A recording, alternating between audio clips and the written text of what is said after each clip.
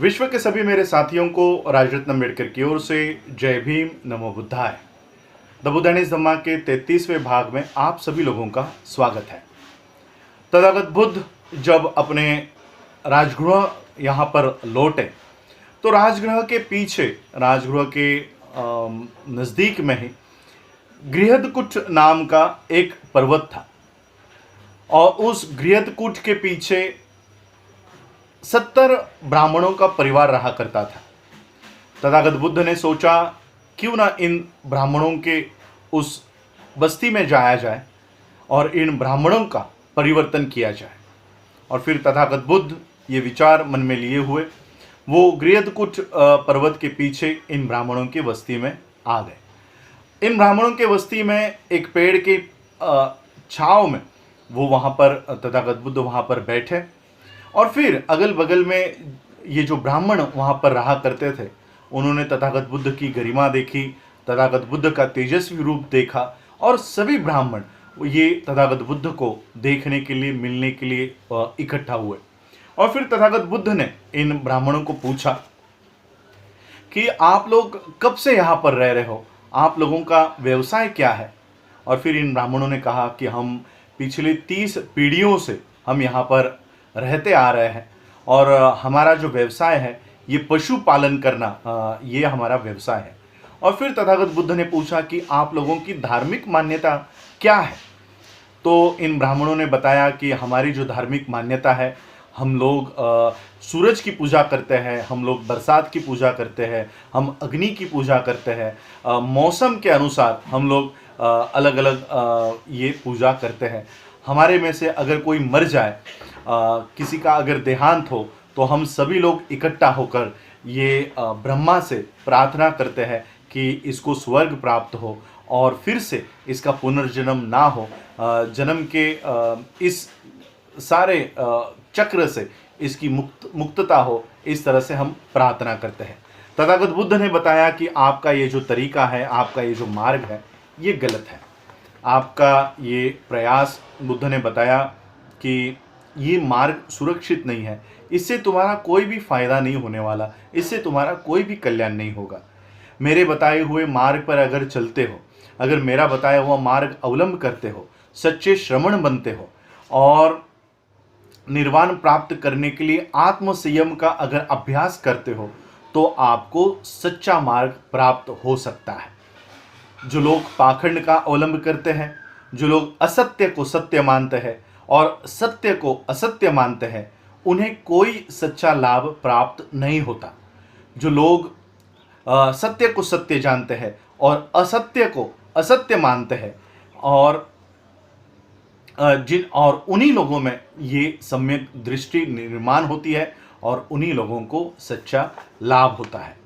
विश्व में मृत्यु हर जगह पर होती है, हर इंसान को मृत्यु का सामना करना ही पड़ता है। संसार में ऐसा कोई भी व्यक्ति नहीं है जिसका जन्म हुआ है जिसे कभी मृत्यु ही नहीं आने वाली, ऐसा कोई भी व्यक्ति नहीं है। और इसलिए जन्म और मृत्यु के बंधन से छुटकारा पाना और उसके लिए प्रयास करना ही सच्चा धम्म है, यही सद्धम्म है। बुद्ध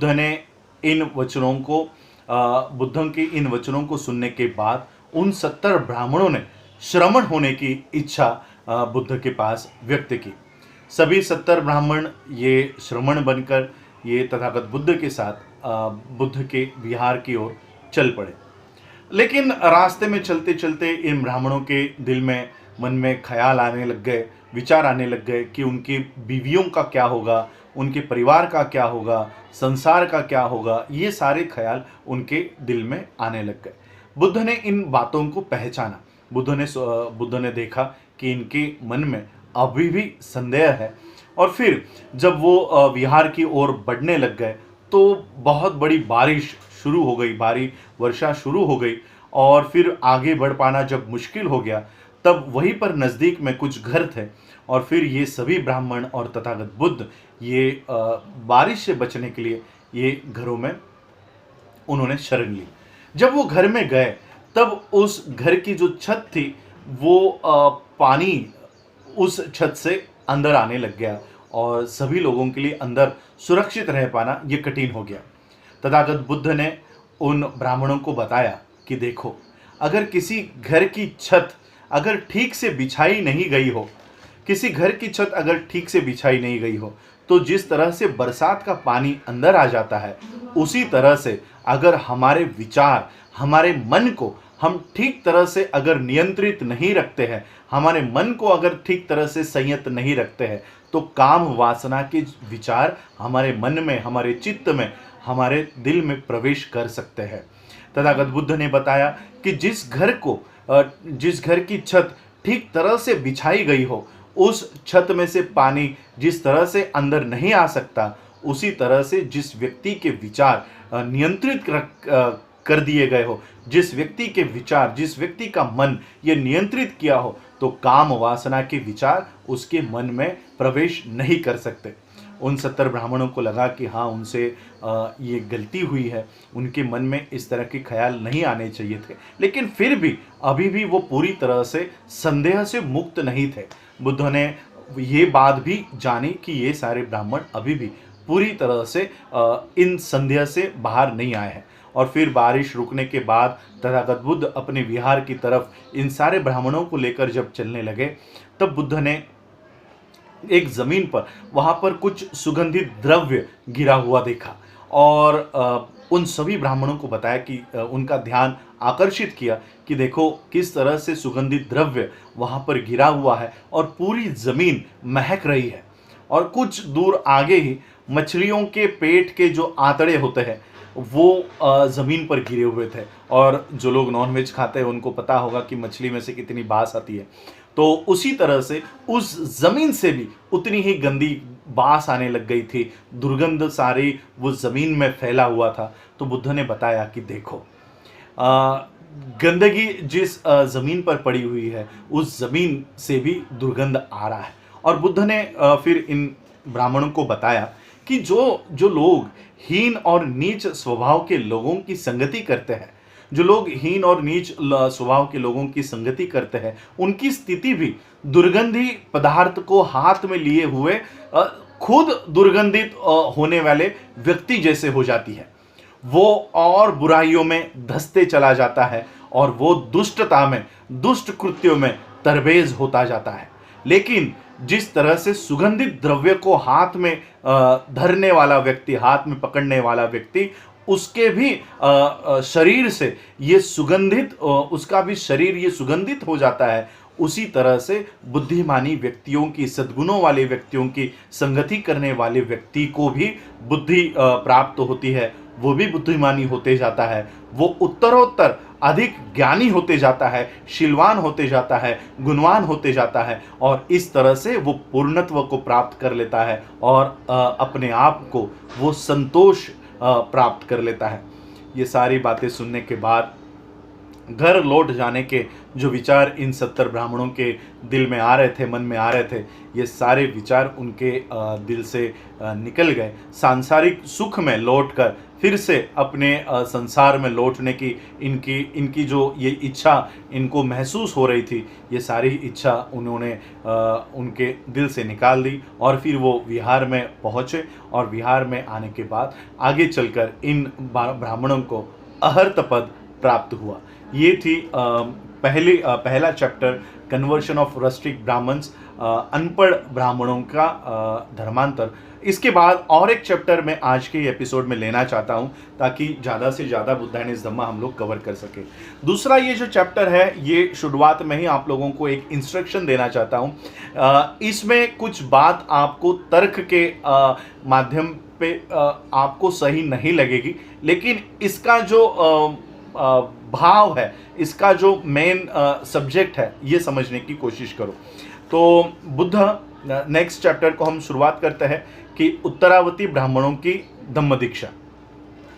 तथागत बुद्ध जब जेतवन में, श्रावस्ती के जेतवन में विहार कर रहे थे, अपने धम्म के सिद्धांतों का प्रचार कर रहे थे, सभी लोगों को अपना धम्म समझा रहे थे, तो वहीं पर उत्तरावती नाम का एक शहर था जो जेतवन से पूर्व की दिशा में था, और वहाँ पर 500 ब्राह्मण रहा करते थे। ये 500 ब्राह्मण वही के उत्तरावती के नज़दीक में ही निर्ग्रंथ नाम का ऋषि रहा करता था। ये अपने आप को कीचड़ से वो लगाकर, कीचड़ लगाकर ये ऋषि बन गया था। तो ये सारे 500 ब्राह्मणों ने सोचा कि चलो इस निर्ग्रंथ ऋषि के शरण में चले जाए। तो ये 500 ब्राह्मण निर्ग्रंथ के आश्रम के लिए निकले।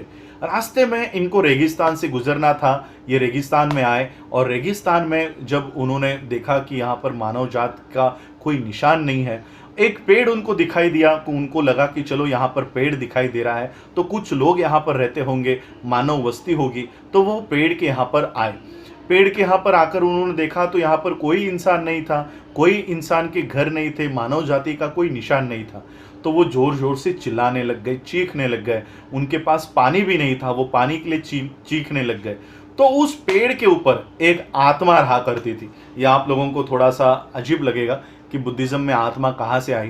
तो बाबा साहब ने जो एक इंस्ट्रक्शन हमको दिया है कि बौद्ध धर्म के ग्रंथों को पढ़ते समय जो तर्क के ऊपर सच्चा साबित होता है उसी को बुद्धा का मानना चाहिए। तो यहाँ पर जो पेड़ का भूत है, प्रेत है या आत्मा है, ये जातक कथाओं में से या वो सारा त्रिपिटक में ये जो ब्राह्मणिज्म घुसाया गया ये वहाँ से आया हुआ है। लेकिन बाबा साहब को कुछ और बात यहाँ पर बतानी है। वो बात क्या है वो आपको आगे चलकर पता चलेगी। तो ये आत्मा, ये प्रेत ऊपर से उसने आवाज़ दिया कि क्या हुआ, क्यों चिल्ला रहे हो। तो ब्राह्मणों ने कहा कि हम लोगों को प्यास लगी है, भूख लगी है, हमारे पास पानी नहीं है। तो इस आत्मा ने उनको खाने पीने की चीज़ें दी। और उस खाने पीने के बाद इन ब्राह्मणों ने उस आत्मा को पूछा कि आपकी ये हालत कैसे हुई, आप ये आत्मा बनकर ये इस पेड़ पर कैसे टंगे हुए हो। तो उस आत्मा ने बताया कि एक बार जब सुदत्त यानी अनाथ पिंडक जब बुद्ध को, तथागत बुद्ध को ये जेतवन विहार, जेतवन नहीं, श्रावस्ती में बुद्ध ने जब बुद्ध को श्रावस्ती में वो वन जेतवन ये दान दे रहे थे, वो प्रदान कर रहे थे, तब वहाँ पर एक सम्मति, वहाँ पर सम्मेलन चल रहा था और तथागत बुद्ध अपने धम्म की देशना दे रहे थे। तब ये जो व्यक्ति है जो मर के भूत बन गया था, तो इसने कहा कि मैं फिर रात भर वहीं पर रुका और तथागत बुद्ध के प्रवचनों को मैं सुनता रहा। और फिर मैंने भी अपना जो प्याला था वो प्याला पानी से भरकर मैंने तथागत बुद्ध के संग को अर्पण कर दिया, उनको दान दे दिया। और फिर जब वो घर पे गया तो उसके पत्नी ने पूछा कि रात भर कहाँ गए थे, कहाँ पर रुके हुए थे, घर पर क्यों नहीं आए। तो इस व्यक्ति ने कहा कि वो तथागत बुद्ध का प्रवचन सुन रहे थे और इसलिए वो रात भर घर नहीं आ सके। तो उसके पत्नी ने तथागत बुद्ध के बारे में बुरे शब्द कहे और कहा कि तथागत बुद्ध ये इस तरह से लोगों को ठगने का काम करता है और धम्म उपदेश देने का काम करता है और इसके बहकावे में मत आओ। तो बहुत सारी बुरी भली बातें उन्होंने तथागत बुद्ध के लिए कही। और ये जो व्यक्ति था ये डरपोक था, ये बुज़दिल था, वो अपने पत्नी का विरोध नहीं कर पाया। और फिर जब उसकी मौत हो गई तब वो श्राप की वजह से ये एक आत्मा बनकर इस पेड़ पर टंगने लग गया। और फिर उसने कुछ बातें दोहराई। उसने बताया कि जो बलि है, जो बलि यज्ञ है, उसमें कोई भी हित नहीं है, वो करना अच्छा नहीं है और ऋषियों के इन सभी कर्म कांडों से मुक्त होना यही सद्धम्म है। किसी भी तरह का बलि प्रथा और किसी भी तरह के कर्मकांड से हम लोगों को उसमें नहीं पड़ना चाहिए। ये सब उन्होंने वहाँ पर बताया। और उस आत्मा ने बताया कि दुख मुक्त होने के लिए और शरीर धर्म के निर्मूलन करने के लिए बुद्ध के धम्म का पालन करो। ऋषियों ने बताई हुई किसी भी काल्पनिक धर्म के नियमों से मत जुड़ो, उसे छुटकारा पाना ही सद्धम्म है। और फिर ये सारी बातें सुनकर वो 500 ब्राह्मणों ने सोचा कि ये जो ऋषि है जो कीचड़ लगाकर बैठता है, उसके पास जाने के बजाय ये सारे ब्राह्मण ये तथागत बुद्ध के श्रावस्ती के जेतवन में वहाँ पर गए। और फिर उन्होंने ये सारी बातें बताई। बुद्ध ने कहा कि किसी भी तरह से बाल बढ़ाकर जटा रखना या कपड़े नहीं पहनना, नग्न अवस्था में रहना या शरीर पर पत्ते लगाना या कीचड़ लगाना, पत्थर पे सोना या इस तरह से किसी से भी मुक्ति प्राप्त नहीं होती। सच्ची मुक्ति उसको ही मिलती है जो दुष्ट विचारों से मुक्त होता है, उसी को सच्ची मुक्ति मिलती है। और बुद्ध ने फिर उनके जो धम्म थे, धम्म के सिद्धांत थे, इन 500 ब्राह्मणों को बताए और इन 500 ब्राह्मणों ने वो धम्म के सिद्धांतों को सुना और ये 500 ब्राह्मण तथागत बुद्ध के धम्म के शरण में चले गए। बुद्ध ने उनको बताया कि किसी भी तरह की आत्मा पर विश्वास करना, किसी भी तरह के बलि प्रथा पर विश्वास करना, ये सद्धम्म नहीं है, इससे शांति नहीं मिलती। और किसी भी सद्गुणों वाले व्यक्तियों को आदर देना, यही सच्ची सद्धम्म की बातें हैं। ये सारी बातें उन्होंने बताई और ये सभी ब्राह्मण तथागत बुद्ध के शरण में चले गए। तो ये 2 कन्वर्शंस हमने देखे, एक अनपढ़ ब्राह्मणों का और उत्तरावती ब्राह्मणों का। उत्तरावती ब्राह्मणों के धम्म दीक्षा में जो आत्मा की बात यहाँ पर आई है, उस आत्मा के बात के जो त्रिपिटक में लिखा हुआ है, ये वही से है और इसलिए ये हमारे तर्क के ऊपर है। लेकिन जो बातें बाबा साहब ने यहाँ पर लिखी है, जो बुद्धा के प्रवचनों की है, वो ज़्यादा सुनना महत्वपूर्ण है कि भले कोई इंसान कपड़े पहनता हो या कपड़े नहीं पहनता हो, पत्ते लगाकर घूमता हो, कीचड़ लगा के घूमता हो, इससे मुक्ति प्राप्त नहीं होती। सच्ची मुक्ति उसको ही मिलती है जो दुष्ट विचारों से मुक्त हुआ हो, यही सच्ची मुक्ति का मार्ग है। तो ये बुद्ध एंड इस धम्मा के ये 5 में हम लोगों ने आज सुना। आज आप लोगों ने मुझे सुना, उसके लिए आप सभी लोगों का आभार, धन्यवाद। जय भीम, जय भारत, जय बुद्ध।